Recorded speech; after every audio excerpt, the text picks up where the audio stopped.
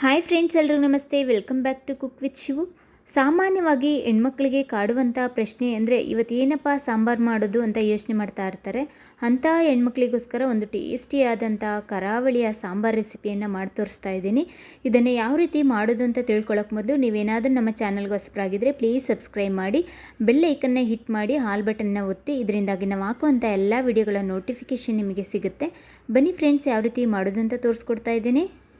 ಮೊದಲಿಗೆ ನಾನು ಒಂದು ಕಟ್ಟ ಆಗೋಷ್ಟು ಮಲ್ಬಾರ್ ಸ್ಪಿನಾಚ್ ಅಥವಾ ಬಸಳೆ ಸೊಪ್ಪು ಅಂತೀವಲ್ಲ ಅದನ್ನು ತೊಗೊಂಡಿದ್ದೀನಿ. ಇದು ಕರಾವಳಿ ಕಡೆ ತುಂಬ ಫೇಮಸ್ಸು. ನಾವು ಪಾಲಕ್ನ ಯಾವ ರೀತಿ ಮಾಡ್ತೀವೋ ಅದೇ ರೀತಿ ಅಲ್ಲಿ ಈ ಮಲ್ಬಾರ್ ಸ್ಪಿನಾಚು ತುಂಬಾ ಫೇಮಸ್ಸು. ಇದು ಬಳ್ಳಿ ಥರ ಇರುತ್ತೆ ನೋಡಿ. ಈ ಬಳ್ಳಿಯಲ್ಲಿರುವಂಥ ಎಲೆಗಳನ್ನೆಲ್ಲ ನಾನು ಸಪ್ರೇಟ್ ಮಾಡಿ ಇಟ್ಕೊತಾ ಇದ್ದೀನಿ.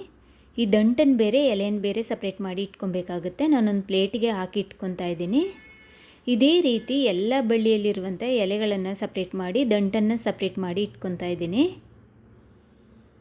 ನೋಡಿ, ಇಷ್ಟು ದಂಟು ಸಿಕ್ಕಿದೆ, ಹಾಗೆ ಇಷ್ಟು ಸೊಪ್ಪು ಸಿಕ್ಕಿದೆ ನನಗೆ. ಇದಾದಮೇಲೆ ನಾನು ಈ ದಂಟು ಏನಿದೆಯಲ್ಲ, ಈ ದಂಟನ್ನು ಈ ರೀತಿ ಉದ್ದುದ್ವಾಗಿ ಕಟ್ ಮಾಡಿ ಇಟ್ಕೊತಾ ಇದ್ದೀನಿ. ನೋಡಿ, ಎಳೆದಾದಂಥ ದಂಟನ್ನು ಮಾತ್ರ ನಾವು ಕಟ್ ಮಾಡಿ ಇಟ್ಕೊಬೇಕಾಗುತ್ತೆ. ಬಲ್ತಿರೋದನ್ನೇ ಬಿಸಾಕ್ಬಿಡಿ, ಬಲ್ತಿರೋದು ಹಾಕೋಕೂಡ್ದು. ಈ ರೀತಿ ಎಳೆದಾದಂಥ ದಂಟನ್ನು ಮಾತ್ರ ಕಟ್ ಮಾಡಿ ಇಟ್ಕೊಂಡಿದ್ದೀನಿ. ಈಗ ನಾನು ಒಂದು ಬೌಲಲ್ಲಿ ನೀರು ತೊಗೊಂಡ್ಬಿಟ್ಟು ಈ ದಂಟನ್ನೆಲ್ಲ ನೀರಿಗೆ ಹಾಕಿ ಇಟ್ಕೊತಾ ಇದ್ದೀನಿ. ಇದಾದಮೇಲೆ ಒಂದು ಕುಕ್ಕರನ್ನು ತೊಗೊಂಡಿದ್ದೀನಿ. ಒಂದು 1/4 ಕಪ್ ಆಗೋಷ್ಟು ತೊಗರಿಬೇಳೆನ ತೊಗೊಂಡಿದ್ದೀನಿ. ಈ ತೊಗರಿಬೇಳೆನ ನೀಟಾಗಿ ವಾಶ್ ಮಾಡ್ಕೊಂಬಂದಿದ್ದೀನಿ ನಾನು. ಇದಕ್ಕೆ ಸ್ವಲ್ಪ ನೀರನ್ನು ಸೇರಿಸ್ಕೊತಾ ಇದ್ದೀನಿ. ನೋಡಿ, ನಾನು ನೀರನ್ನು ಸೇರಿಸ್ಕೊಂಡಿದ್ದಾಗಿದೆ. ಹಾಗೆ ನೀರಲ್ಲಿ ಹಾಕಿ ಇಟ್ಕೊಂಡಿದ್ನೆಲ್ಲ ಕಟ್ ಮಾಡಿಬಿಟ್ಟು ದಂಟನ್ನು ಅದನ್ನು ಇಲ್ಲಿಗೆ ಸೇರಿಸ್ಕೊತಾ ಇದ್ದೀನಿ. ಈ ದಂಟನ್ನು ಇದಕ್ಕೆ ಸೇರಿಸ್ಕೊತಾ ಇದ್ದೀನಿ. ಇದಾದಮೇಲೆ ರುಚಿಗೆ ತಕ್ಕಷ್ಟು ಉಪ್ಪನ್ನು ಸೇರಿಸ್ಕೊಬೇಕಾಗುತ್ತೆ. ಹಾಗೆ ಒಂದು ಸ್ವಲ್ಪ ಅರಿಶಿನ ಪುಡಿಯನ್ನು ಹಾಕ್ಕೊಂಬಿಟ್ಟು ಮಿಕ್ಸ್ ಮಾಡ್ಕೊಂಬಿಟ್ಟು ಲಿಡ್ಡನ್ನು ಕ್ಲೋಸ್ ಮಾಡ್ಕೊಬೇಕಾಗುತ್ತೆ. ಲಿಡ್ಡನ್ನು ಕ್ಲೋಸ್ ಮಾಡಿ ಆದಮೇಲೆ ಸ್ಟವನ್ನು ಆನ್ ಮಾಡ್ಕೊಂಬಿಟ್ಟು 1-2 ವಿಷಲ್ ಬರೋ ತನಕ ನೀಟಾಗಿ ಬೇಯಿಸ್ಕೊಳ್ಳಿ. ಬೇಳೆ ಬೇಯೋದ್ರೊಳಗೆ ನಾನು ಆಗಲೇ ಸಪ್ರೇಟ್ ಮಾಡಿ ಇಟ್ಕೊಂಡಿದ್ನಲ್ಲ ಸೊಪ್ಪನ್ನು ನೀಟಾಗಿ ವಾಶ್ ಮಾಡ್ಕೊಂಬಂದಿದ್ದೀನಿ. ಇದನ್ನು ನಾನು ಪಾಲಕ್ ಸೊಪ್ಪನ್ನು ನಾವು ಕಟ್ ಮಾಡ್ಕೊತೀವಲ್ಲ ಅದೇ ರೀತಿ ಸಣ್ಣ ಸಣ್ಣದಾಗಿ ಕಟ್ ಮಾಡ್ಕೊಬೇಕಾಗುತ್ತೆ ನೀಟಾಗಿ. ನೋಡಿ, ಎಲ್ಲ ಸೊಪ್ಪನ್ನು ಕಟ್ ಮಾಡಿ ಇಟ್ಕೊಂಡಿದ್ದೀನಿ. ಇದಾದಮೇಲೆ ಮತ್ತೊಂದು ಸ್ಟವನ್ನು ಆನ್ ಮಾಡ್ಕೊಂಡಿದ್ದೀನಿ. ಒಂದು ಪ್ಯಾನನ್ನು ಇಟ್ಕೊಂಡಿದ್ದೀನಿ. ಈ ಪ್ಯಾನ್ಗೆ ಒಂದು 4 ಬ್ಯಾಡಗೆ ಮೆಣಸಿನ್ಕಾಯಿ, 2 ಗುಂಟೂರು ಮೆಣಸಿನ್ಕಾಯಿನ ಹಾಕ್ಕೊಂಡಿದ್ದೀನಿ. ಹಾಗೆ 1 ಟೇಬಲ್ ಸ್ಪೂನ್ ಆಗೋಷ್ಟು ಕೊತ್ತಂಬರಿ ಬೀಜಗಳು ಸೇರಿಸ್ಕೊತಾ ಇದ್ದೀನಿ. ಹಾಗೆ 1 ಟೀ ಸ್ಪೂನ್ ಆಗೋಷ್ಟು ಉದ್ದಿನ ಕಾಳುಗಳು, 1 ಟೀ ಸ್ಪೂನ್ ಆಗೋಷ್ಟು ಕಡಲೆಬೇಳೆ, 1 ಟೀ ಸ್ಪೂನ್ ಆಗೋಷ್ಟು ಜೀರಿಗೆ, ಹಾಗೆ ಸ್ವಲ್ಪ ಮೆಂತ್ಯ ಕಾಳುಗಳನ್ನ ಸೇರಿಸ್ಕೊತಾ ಇದ್ದೀನಿ. ಸ್ವಲ್ಪ ಆಯಿಲ್ ಹಾಕ್ಕೊಂಬಿಟ್ಟು ಲೋ ಫ್ಲೇಮಲ್ಲಿ ಇಟ್ಕೊಂಬಿಟ್ಟು ನೀಟಾಗಿ ಫ್ರೈ ಮಾಡ್ಕೊಬೇಕಾಗುತ್ತೆ. ಗರ್ಗರಿ ಆಗೋ ತನಕ ನೀಟಾಗಿ ಫ್ರೈ ಮಾಡ್ಕೊಳ್ಳಿ. ನೋಡಿ, ಗರ್ಗರಿ ಆಗ್ತಾ ಬಂದಿದೆ. ಇಷ್ಟಾದರೆ ಸಾಕು. ಸ್ಟವನ್ನು ಆಫ್ ಮಾಡಿಬಿಟ್ಟು ತಣ್ಣಗಾಗಲು ಬಿಡಬೇಕು. ನೋಡಿ, ಆಗಲೇ ನಾನು ಫ್ರೈ ಮಾಡಿ ಇಟ್ಕೊಂಡಿದ್ದೆಲ್ಲ ಎಲ್ಲ ಮಸಾಲೆ ತಣ್ಣಗಾಗಿದೆ. ಮಿಕ್ಸಿ ಜಾರ್ಗೆ ಹಾಕ್ಕೊಂಡಿದ್ದೀನಿ. ಹಾಗೆ ಒಂದು ಗೋಲಿ ಗಾತ್ರದ ಹುಣಸೆಹಣ್ಣು ಸೇರಿಸ್ಕೊಂಡಿದ್ದೀನಿ. ಒಂದು ಅರ್ಧ ಕಪ್ ಆಗೋಷ್ಟು ತೆಂಗಿನಕಾಯಿನ ಹಾಕ್ಕೊತಾ ಇದ್ದೀನಿ. ಇಷ್ಟನ್ನು ಸೇರಿಸ್ಕೊಂಡಾದ್ಮೇಲೆ ನೀರನ್ನು ಸೇರಿಸ್ಕೊಂಡ್ಬಿಟ್ಟು ನುಣ್ಣಗೆ ರುಬ್ಕೊಂಬರ್ಬೇಕಾಗುತ್ತೆ ನಾವು. ನೋಡಿ, ಆಗಲೇ ನಾನು ಬೇಳೆ ಬೇಯಲಿಕ್ಕೆ ಬಿಟ್ಟಿದ್ಮೇಲೆ ಹೇಗೆ ಬೆಂದಿದೆ ನೋಡೋಣ. ಲಿಡ್ ಓಪನ್ ಮಾಡಿ ನೋಡ್ತಾ ಇದ್ದೀನಿ. ನೋಡಿ, ಬೇಳೆ ಎಲ್ಲ ಚೆನ್ನಾಗಿ ಬೆಂದಿದೆ. ಇಷ್ಟಾದರೆ ಸಾಕು. ಆಗಲೇ ಕಟ್ ಮಾಡಿ ಇಟ್ಕೊಂಡಿದ್ನಲ್ಲ ಆ ಸೊಪ್ಪನ್ನು ಇಲ್ಲಿ ಹಾಕ್ಕೊತಾ ಇದ್ದೀನಿ.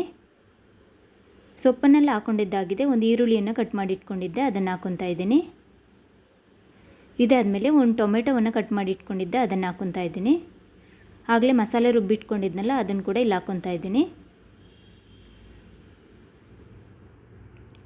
ನೋಡಿ, ಈಗ ನೀರನ್ನು ಸೇರಿಸ್ಕೊತಾ ಇದ್ದೀನಿ. ನೀರು ಎಷ್ಟು ಬೇಕೋ ನೋಡ್ಕೊಂಡು ಸೇರಿಸ್ಕೊಳ್ಳಿ. ಈಗ ರುಚಿಗೆ ತಕ್ಕಷ್ಟು ಉಪ್ಪನ್ನು ಸೇರಿಸ್ಕೊತಾ ಇದ್ದೀನಿ. ಈಗ ನೀಟಾಗಿ ಮಿಕ್ಸ್ ಮಾಡಿಬಿಡಿ. ನೋಡಿ, ನನಗೆ ಸ್ವಲ್ಪ ತಿಕ್ ಅನಿಸ್ತಾ ಇದೆ, ಅದಕ್ಕೋಸ್ಕರ ಸ್ವಲ್ಪ ನೀರನ್ನು ಸೇರಿಸ್ಕೊಂಡು ಮಿಕ್ಸ್ ಮಾಡಿ ಬಿಡ್ತಾ ಇದ್ದೀನಿ. ಇದಾದಮೇಲೆ ಲಿಡ್ಡನ್ನು ಕ್ಲೋಸ್ ಮಾಡಿಬಿಟ್ಟು ಒಂದೇ ಒಂದು ವಿಷಲ್ಲು ನಾವು ಕೂಗಿಸ್ಕೊಂಬಿಟ್ರೆ ಸಾಕಾಗುತ್ತೆ. ನೋಡಿ, ಒಂದು ವಿಷಲ್ ಆದಮೇಲೆ ನಾನು ತೋರಿಸ್ತಾ ಇದ್ದೀನಿ.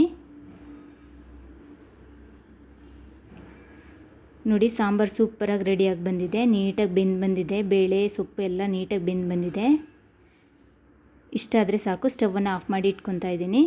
ಈ ಸಾಂಬಾರಿಗೆ ಒಂದು ಒಗ್ಗರಣೆ ರೆಡಿ ಮಾಡ್ಕೊಬೇಕಾಗುತ್ತೆ. ಸ್ಟವನ್ನು ಆನ್ ಮಾಡ್ಕೊಂಡು ಒಂದು ಸೌಟನ್ನು ಇಟ್ಕೊಂಡಿದ್ದೀನಿ.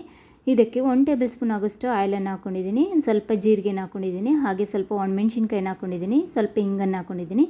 ಇದನ್ನು ನೀಟಾಗಿ ಮಿಕ್ಸ್ ಮಾಡಿಕೊಂಡ್ರೆ ಒಗ್ಗರಣೆ ರೆಡಿ ಆಗುತ್ತೆ. ಆಗಲೇ ರೆಡಿ ಮಾಡಿ ಇಟ್ಕೊಂಡಿದ್ವಲ್ಲ ಆ ಸಾಂಬಾರಿಗೆ ಈ ಒಗ್ಗರಣೆನ ಹಾಕ್ಕೊಂಬಿಟ್ಟು ನೀಟಾಗಿ ಮಿಕ್ಸ್ ಮಾಡ್ಕೊಂಬಿಟ್ರೆ ಟೇಸ್ಟಿಯಾದಂಥ ಬಸಳೆ ಸೊಪ್ಪಿನ ಸಾಂಬಾರು ರೆಡಿ ಆಗುತ್ತೆ. ತುಂಬಾ ಟೇಸ್ಟಿಯಾಗಿರುತ್ತೆ. ಅನ್ನಕ್ಕಂತೂ ಒಳ್ಳೆ ಕಾಂಬಿನೇಷನ್ ಫ್ರೆಂಡ್ಸ್. ನೀವು ಕೂಡ ಮನೇಲಿ ಟ್ರೈ ಮಾಡಿ ಯಾವ ರೀತಿ ಬಂತು ಅಂತ ನನಗೆ ಕಮೆಂಟ್ಸ್ ಮಾಡಿ ಹೇಳಿ. Thank you for watching.